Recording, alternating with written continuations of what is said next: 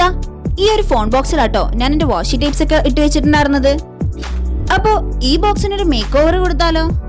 അതിനുവേണ്ടി ഞാൻ ഈ ഒരു റാപ്പിംഗ് ഷീറ്റ് ആണ് യൂസ് ചെയ്യുന്നത്.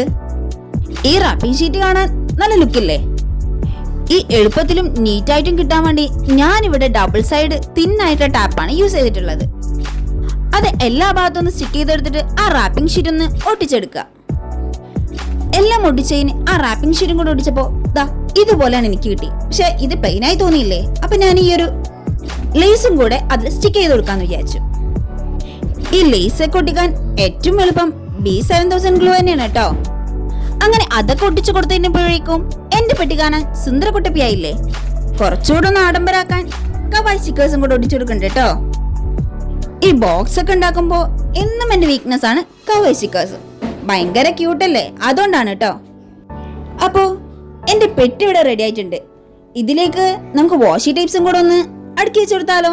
ഇപ്പൊ എങ്ങനെയുണ്ട്? അടിപൊളിയല്ലേ? ഇഷ്ടപ്പെട്ട ലൈക്ക് മറക്കണ്ട.